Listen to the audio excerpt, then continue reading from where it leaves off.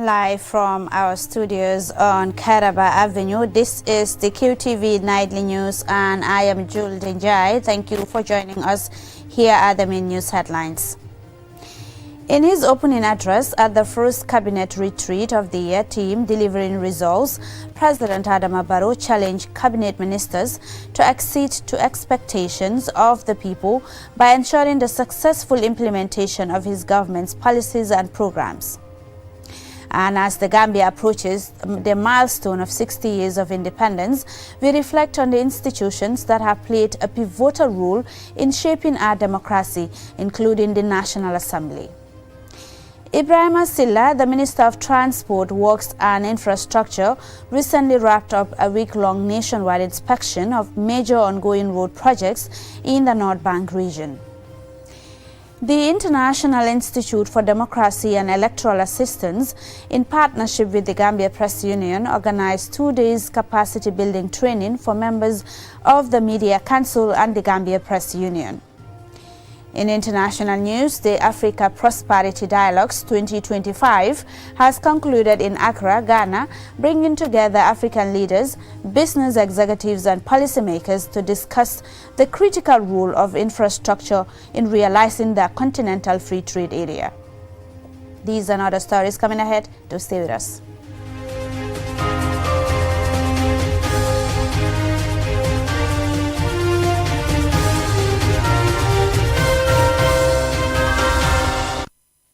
Thank you very much for staying with us. If you're just tuning in, this is the QTV Nightly News, and now let's take a look at the stories.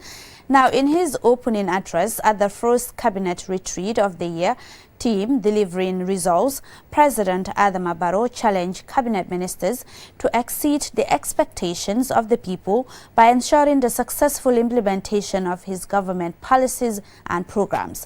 QTV's Ansumana Esonyasi reports. The inaugural cabinet retreat of 2025 offers an opportunity to assess the progress of ongoing reforms, development programs, challenges, opportunities and priorities for national development. In his opening address, President Barrow emphasized that the theme delivering results reflects his government's commitment to meeting the development needs of the Gambian people. He acknowledged with great seriousness the concerns raised by citizens during his recent Meet the People tour, particularly their heightened expectations for improvements in roads, water, electricity and overall livelihoods. The President urged cabinet ministers to remain focused, transparent and accountable in implementing policies aimed at fostering sustainable growth. I have confidence in our ability to drive ambitious targets and deliver satisfactory livelihood advances for all citizens. But this depends chiefly on how far we apply ourselves to the task at hand. As outlined in our laws, Cabinet is at the apex of our governance structure. Furthermore, President Barrow stated that, unlike previous administrations, his government's consistent respect for and adherence to cabinet meetings serves as a testament to his unwavering commitment to upholding democratic values and institutional frameworks. He emphasized that his dedication to service and people-centered development programs will continue to be the cornerstone of his government's development blueprint. Despite the marked improvements on Cabinet's administrative functions, I expect increased efficiency and higher performance levels from this august body on policy and program delivery. I enjoy you to play a more impactful role in shaping and driving innovative initiatives for this administration to deliver better from now onwards. The President also took the opportunity to unveil some of his major development targets for 2025, the construction of 1,200 kilometers of roads, ensuring universal access to energy by the year end, and developing a high-value port infrastructure to position the Gambia as West Africa's leading trading hub. The task before us is huge, but so is our collective strength. Let this retreat serve as a platform to leverage our diverse skills, experiences, and perspectives in order to foster more effective collaboration and efficiency. At the conclusion of this two-day retreat, the Cabinet is expected to propose strategies to tackle ongoing challenges and accelerate national growth. Answane Sonyasi for KTV News. Now, the Gambia, Africa's smallest mainland nation, is preparing to celebrate 60 years of independence. This momentous occasion reminds us of the institutions that have shaped our democracy. Chief among them is the National Assembly, a cornerstone of governance, representation and progress. This is the story of its journey from limited self-rule to becoming the guardian of our democratic ideals. Aliou Cisse tells us more in part 1 of the part 2 National Assembly stories. The origins of the National Assembly can be traced back to the mid-20th century, when Gambians began their long struggle for self-rule. Under British colonial rule, decision-making rested entirely with the colonial administration, leaving ordinary Gambians with little say in their future. However, the winds of change swept across Africa in the 1940s and 1950s, with independence movements gaining momentum.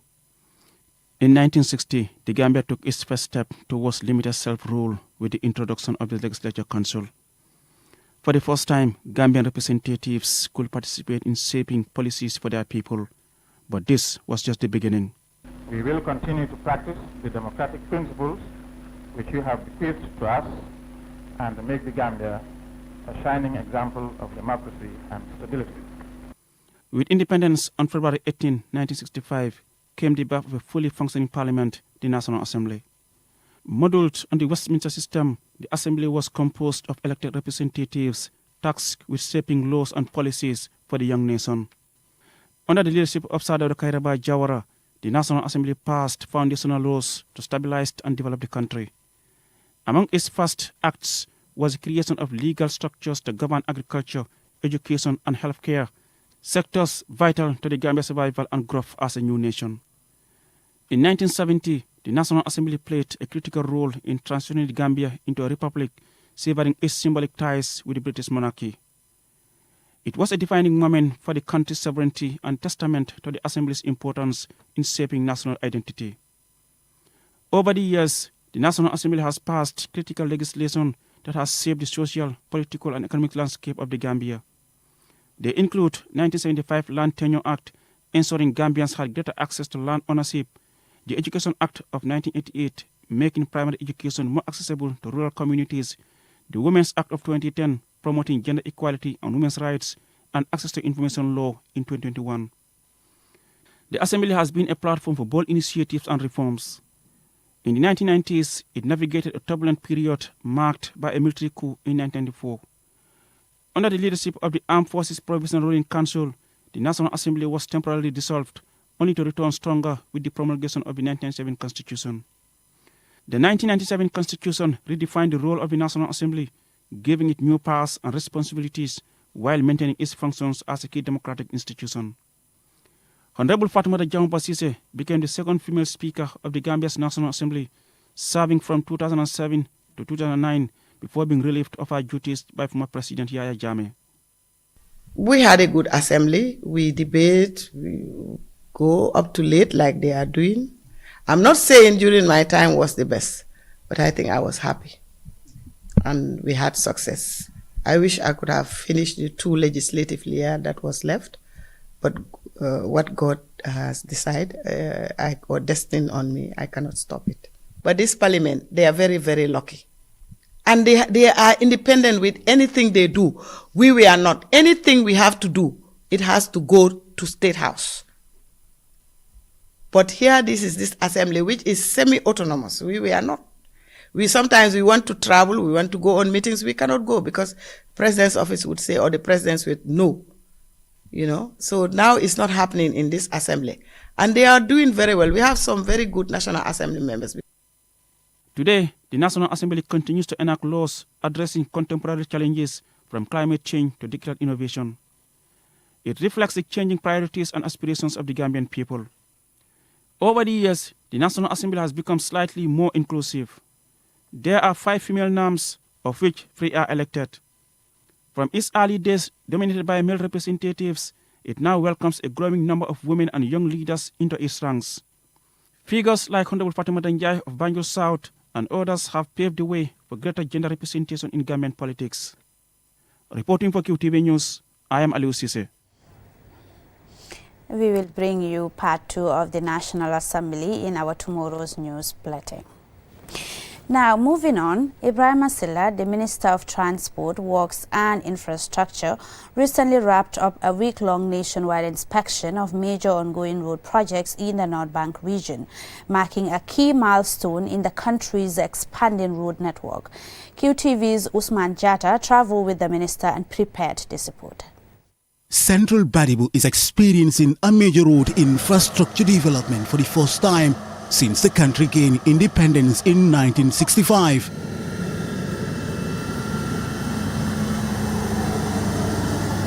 This 17-kilometer road network stretching from Baribu Njaba Kunda to Salikanye is poised to transform transportation in Baribu. Sana Sise has been transporting passengers along this crucial route for a very long time. I have been driving on this road for 2 decades, and this development is incredibly important. However, the construction pace should be accelerated as we face significant challenges during the rainy season. This project is not about politics. It's a national initiative. Once the road is fully completed, it will benefit all of us. Minister Silla visited the communities of Baribu Salikanye and Hakalang in Nyomi, where the highly anticipated 84-kilometer road network is advancing quickly. Contractors are intensifying efforts to complete the long-awaited project by the first quarter of 2025. Felix Oklo is a consultant of the Nyomi Hakalang Road project. So far, the contractor has achieved a progress of 85%. As you saw, asphalt is ongoing. The other loops that work is currently going on. So now we are at 85%. We envisage that by March, we should be done with majority of construction. Yeah. The road initiative is a key part of the government's efforts to improve connectivity nationwide, boosting economic growth, facilitating trade and promoting regional integration. Minister Silla expressed satisfaction with the significant progress made on the Nyomi Hakalang Road project. And today, we are all happy.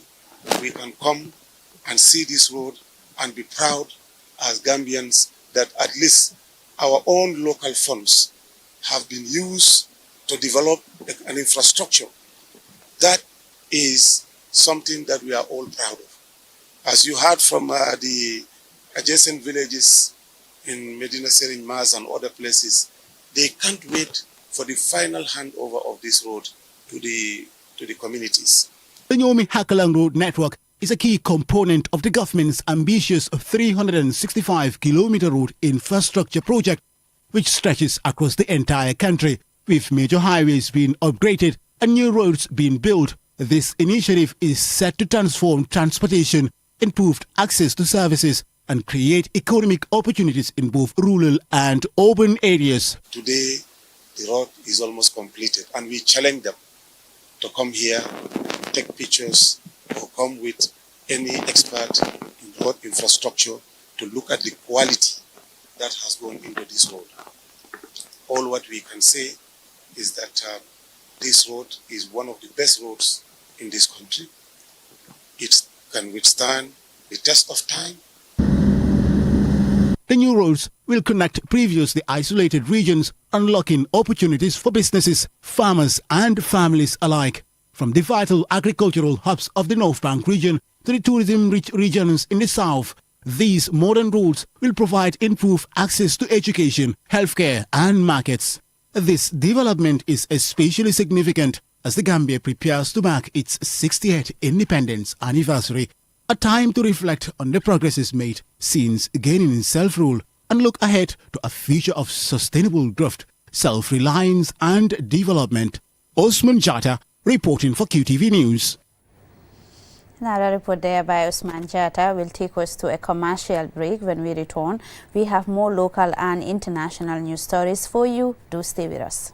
Supersonics Islamic Insurance, the Gambia's first digital insurance provider. brings innovation, convenience, and Sharia compliance to your doorstep. We offer a wide range of general insurance services, ensuring peace of mind and protection for what matters most. Whether at home, on the go, or in business, experience the difference with Supersonics Islamic Insurance Company Limited. Contact us today, +220-5132-319, 5132-318, or 5132-315. Email us info@supersonicsinsurance.com or on our website www.supersonicsinsurance.com or visit us at Bega Plaza 56 Liberation Avenue, Banjul.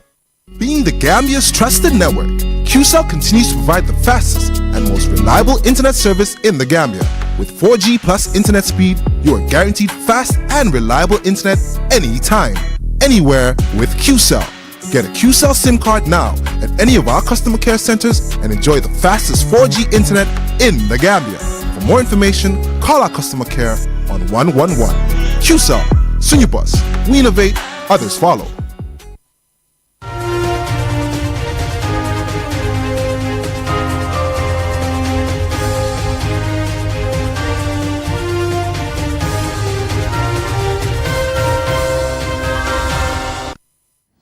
Welcome back, and this is QTV News. Now to the rest of our stories. The International Institute for Democracy and Electoral Assistance, in partnership with the Gambia Press Union, organized 2 days capacity building training for members of the Media Council and the Gambia Press Union. The training, funded by the EU, aimed to develop a guide for media monitoring and addressing ethical violations. Demba Waiba has more in this report. The media, often referred to as the fourth arm of government, plays a key role in promoting democracy by holding the government accountable and connecting policymakers with citizens. This training aims to equip participants with tools and frameworks for building for media monitoring, self-regulation, and fostering accountability. It will also focus on developing strategies to enhance transparency within the media industry. Rafael Brigandi is the deputy head of mission in the Gambia. A free and responsible media is indeed the backbone of any democratic society. As we're here very well aware of, you, journalists, play a crucial role in informing the public, holding those who have public responsibilities accountable for their actions, and fostering open and constructive debates. Ethical journalism grounded in accuracy, fairness, and truthfulness is essential for building credibility and preventing misinformation. This supports democracy by enabling free expression. The training aims to create a guide for promoting ethical standards, responsibility, and transparency in the media. Madam Jainaba Faye emphasized the importance of upholding these principles in journalism. A guide which will outline key ethical principles, including accuracy, fairness, and accountability, tailored to the unique cultural and political environment of the Gambia, will be developed. The 2-day training will cover an overview of the Cherno Jallow Charter on Ethics, which shapes the Gambia Press Union's Code of Conduct. It will also focus on strategies for addressing public concerns and promoting self-regulation, among others. Serif Sedikan is the Vice President of the Gambia Press Union. This 2-day capacity building will help to equip the GPU and its affiliates and the Media Council with the requisite knowledge and skills on media monitoring, and thereby provide a foundation for the creation of a culture of accountability and transparency in the Gambian media landscape. Participants will gain essential skills in responsible journalism, emphasizing the importance of adhering to ethical principles and international codes of conduct. As media continues to evolve in the Gambia Press Union remains committed to promoting and upholding these standards. Demba Kande serves as a consultant for the training. The bulk of this training is centered around how the media should regulate itself. And as you know, self-regulation of the media is very often criticized for being an in-house thing for journalists that they don't expose to the public. But the reality is that the public should be the one holding the media accountable. As the country builds its democratic institutions, it is crucial to foster an environment that promotes media freedom, allowing individuals to express diverse views and opinions. However, Journalists must be continually educated on the media laws and fundamental principles of ethical reporting to ensure responsible and credible journalism. Today's session saw the presentation of 500 copies of the book Assault and Battery. The guide is designed to enhance journalists' knowledge and understanding of how to report and address complaints of assault and battery against them. Demba Waiba, QTV News. Laudable initiative there. Now, Action Aid International de Gambia held a meeting to validate the results of a baseline survey for a youth promotion initiative project supported by the UN Peace Building Fund. This project aims to empower marginalized young people by fostering their inclusion in civic activities and local efforts for peace. Mam Nabuka attended the event, and this is her report. The primary objective of the baseline survey for the 2024-2026 Youth Promotion Initiative project was to evaluate the current extent of youth inclusion in civic spaces and local infrastructures essential for peace building, with a particular focus on rural areas. This meeting is intended to share the survey findings, collect input from key stakeholders, and ensure that the project's objectives are aligned for successful implementation. Fafa Ocham is the head of programs and policy at Action Aid International, the Gambia. Youths form a very formidable part of our society. Their effective participation in the development of this country is crucial. The people that they call as youth representatives, when you get to the VDCs, are usually of my age. Their thinking and their way of thinking is completely different. So if you have somebody that is very much different from the way you think, that is very much different from the way you do things to represent you, that means you'll be grossly underrepresented. And I think that is what is actually happening in our district tribunals, the village development committees, the ward development committees. That is why it is important that we have the very much youth representing themselves in this structure. And that is basically what this project is about. By July 2026, we want to see that for all the VDCs that we visited, for all the wards that we are dealing with, we'll have youths heavily represented. The findings of the study revealed that youth empowerment frameworks are not harmonized or effectively implemented. 75% of the youth are not engaged, and instead, older individuals tend to dominate community activities and decision-making processes. To curb this, the YPI project aims to strengthen all legal and strategic youth empowerment frameworks, the capacities of youth empowerment actors for youth inclusion in civic spaces, and the representation and participation of youth, including the marginalized youths, in local decision-making structures.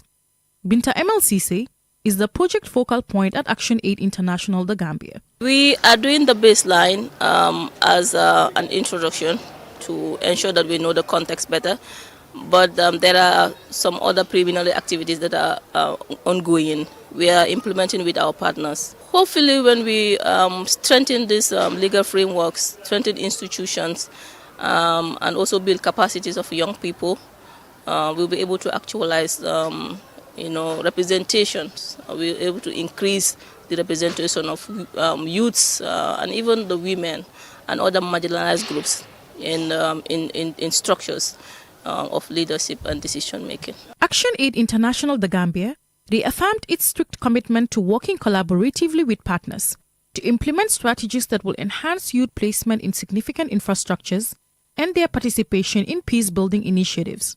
The organization has been working in the Gambia since 1979, assisting the youth, poor, and marginalized people to create a just, equitable, and sustainable nation in which every person enjoys the right to a life of dignity, freedom from poverty, and all forms of oppression. Mam Nabuka, reporting for QTV News. Up next is international news.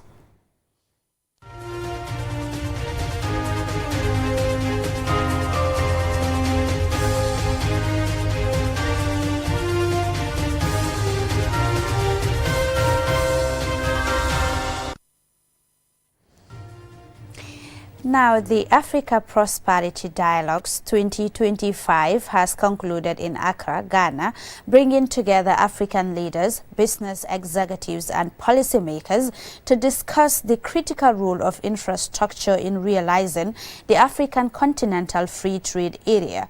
More in this report by Ade Drame, which is narrated by Aissatou Bari. held from January 30th to February 1st at the Accra International Conference Center. The event focused on accelerating Africa's economic integration under the theme Delivering Africa's Single Market Through Infrastructure.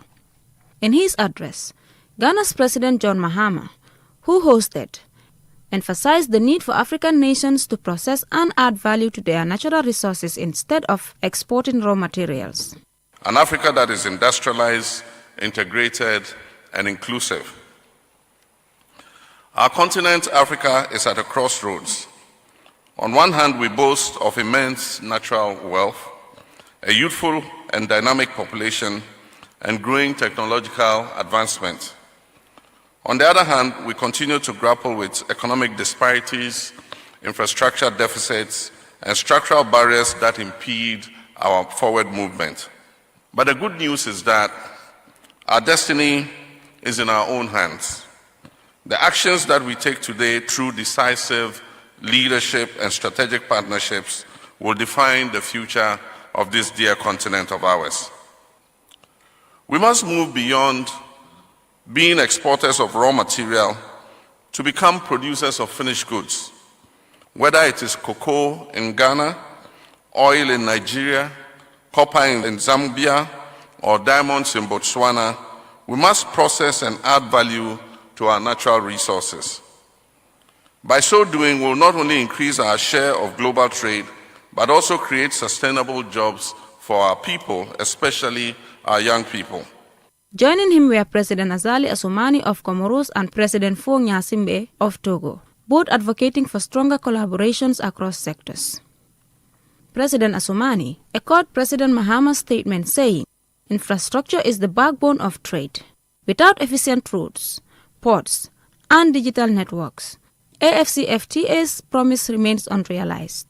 In his speech, Togo's President Gnassingbé pushed for collaboration, saying, public-private partnerships must lead the way. Governments alone cannot build the future. We need businesses and investors fully on board. The Africa Prosperity Network, organizers of the event, reaffirmed their commitment to promoting economic integration through actionable policies and investment-ready projects, aligned with the African Union's Agenda 2063's vision of the Africa we want. As Africa moves toward a unified market, leaders at the conference stressed that infrastructure development must be prioritized to unlock trade, create jobs, and drive prosperity across the continent. Aissatou Bari, QTV News. The report there brings us to the end of this news bulletin. Do join us at 10 p.m. for another news bulletin. Many thanks indeed for the pleasure of your company. Do have a splendid evening. Bye-bye.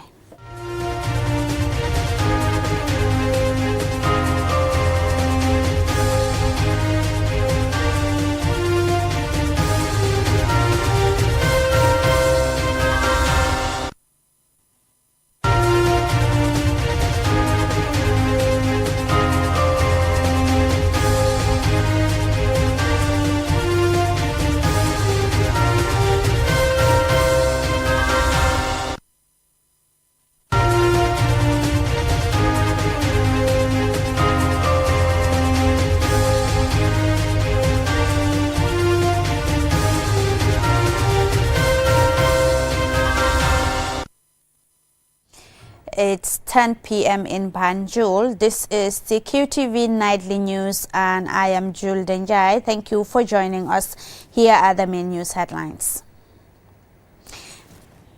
That report there by Aissatou Bari brings us to the end of this news bulletin, but do join us tomorrow at 8 p.m. for another news bulletin. It's a bye from me and the rest of the team. Have a good night.